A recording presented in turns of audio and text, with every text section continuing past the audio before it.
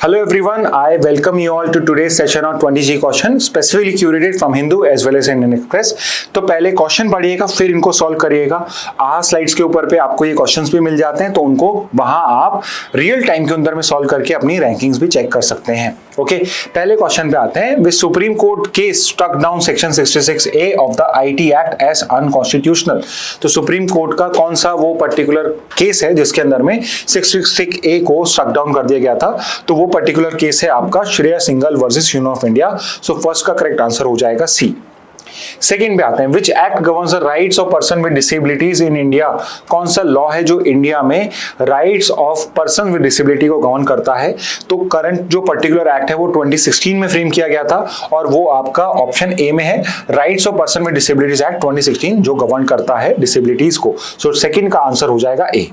Next पे आते हैं, the Naxalbari movement begin in which particular year. जो नक्सलिज्म का मूवमेंट है जो नक्सलबारी विलेज से निकला था, ये कब स्टार्ट हुआ था? तो ये इनिशिएट हुआ था 1967 के अंदर में। थर्ड का आंसर सी हो जाएगा।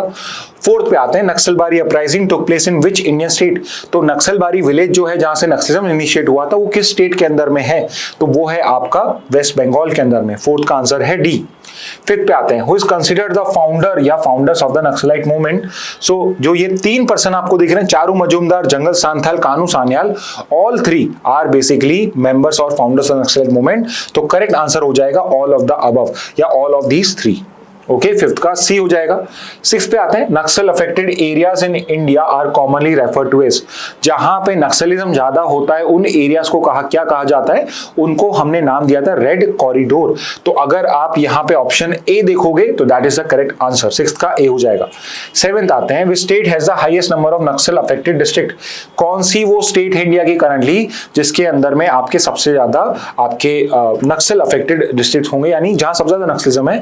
तो वो आपकी है छत्तीसगढ़ स्टेट करंटली। तो 7 का करेक्ट आंसर है डी। अगर डिस्ट्रिक्ट पूछा जाए तो बस्तर एक वो रीजन है आपका, ठीक है। 7 का D. Which ministry in the government of India deals with left wing extremism. तो बेसिकली आपसे पूछा गया नक्सलिज्म से कौन फाइंड करता है? तो नक्सलिज्म क्या है? ये एक इंटरनल सिक्योरिटी इशू है और इंटरनल सिक्योरिटी के लिए ministry of home affairs responsible है। घर के affairs ministry of home affairs maintain करती है। तो 8 का आंसर हो जाएगा ए, गृह मंत्रालय। 9 पे आते हैं, the super Garuda shield exercise was first started in which year. तो अभी जो पर्टिकुलर आपकी एक्सरसाइज चल रही है आपकी एक कंट्री ने करी, वो भी एक क्वेश्चन है। सुपर गरुड़ शील्ड एक्सरसाइज जिन दो कंट्रीज ने होस्ट करी है उसको, वो इनिशिएट कब हुई थी? तो वो इनिशिएट हुई थी 2009 के अंदर में। तो 9 का आंसर है बी।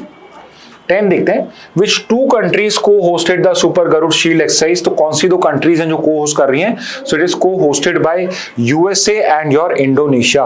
तो 10 का आंसर है सी। 11 पे आते हैं, which country has criticised the super Garuda shield exercise calling it an attempt to create an Asian NATO.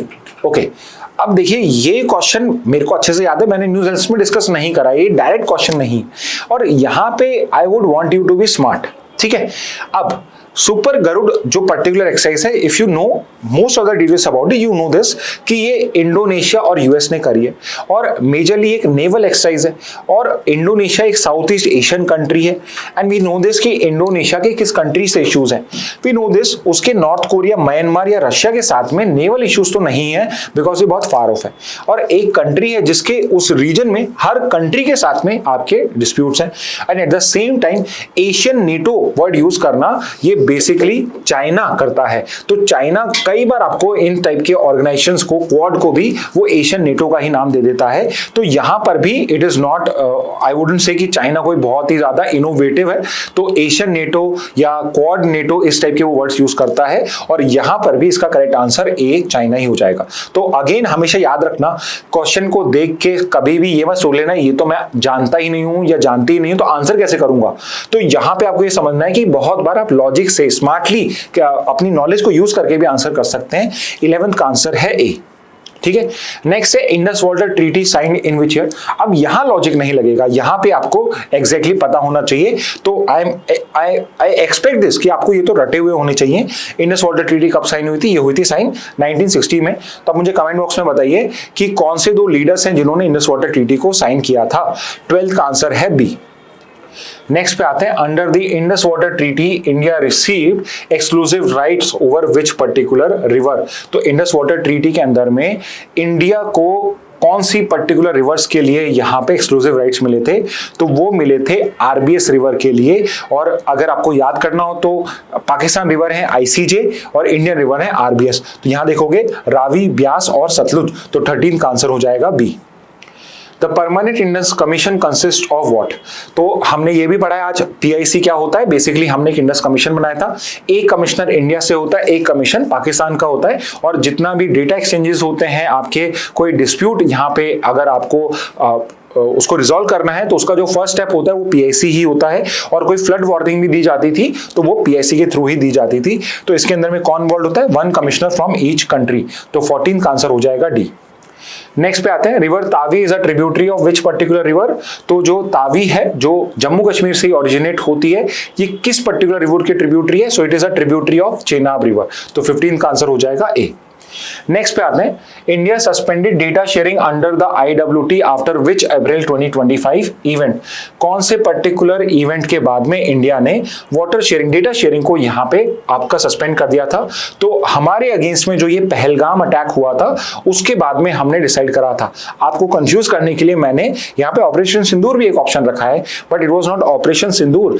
Pahalgam attack जो हुआ था उसके जस्ट बाद हमने ये कर दिया था। तो ये एक बहुत छोटी सी डिटेल होती है, हम जल्दबाजी के अंदर में या उसको समझे बिना कर देते हैं तो कई बार गलत हो जाता है। तो 16 का करेक्ट आंसर है ए। नेक्स्ट पे आ जाते हैं, the festival of Ganesh Chaturthi was popularised as a public event by which freedom fighter? तो ये अगेन फैक्चुअल है, तो अगर आप स्टोरी फॉर्म में याद कर लोगे तो ये सब चीजें याद भी इजीली हो जाती हैं। तो ये पर्टिकुलर फेस्टिवल जो है ये पॉपुलराइज किया था बाल गंगाधर तिलक ने। तो 17 का करेक्ट आंसर हो जाएगा बी।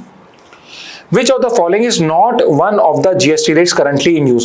करंट जो पर्टिकुलर जीएसटी स्ट्रक्चर है उसमें से कौन सा वो पर्टिकुलर रेट है जो आपका करंट जीएसटी स्लैब नहीं है?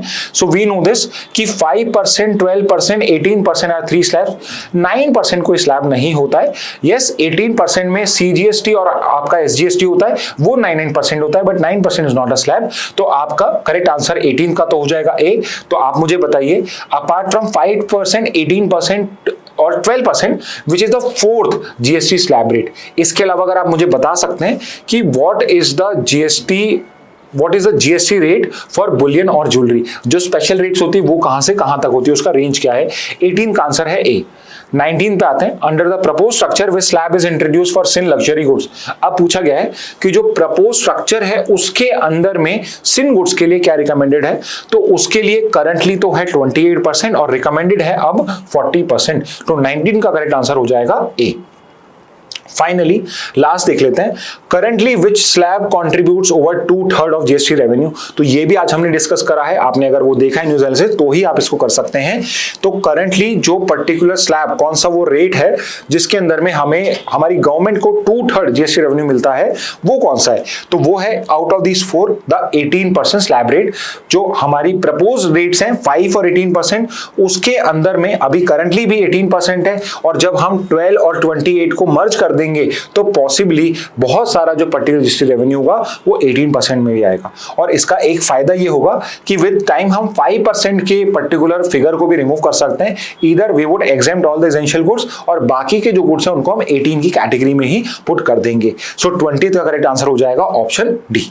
ओके, तो स्टूडेंट्स ये थे आज के सारे इंपॉर्टेंट जीके क्वेश्चन। इसके अलावा और भी जीके क्वेश्चन बन सकते हैं, और भी इंपॉर्टेंट क्वेश्चंस आप फ्रेम कर सकते हो अगर आप न्यूज़ एनालिसिस को प्रॉपर फॉलो करो। Okay, so with this message let's end today's session. Thank you and have a very nice day.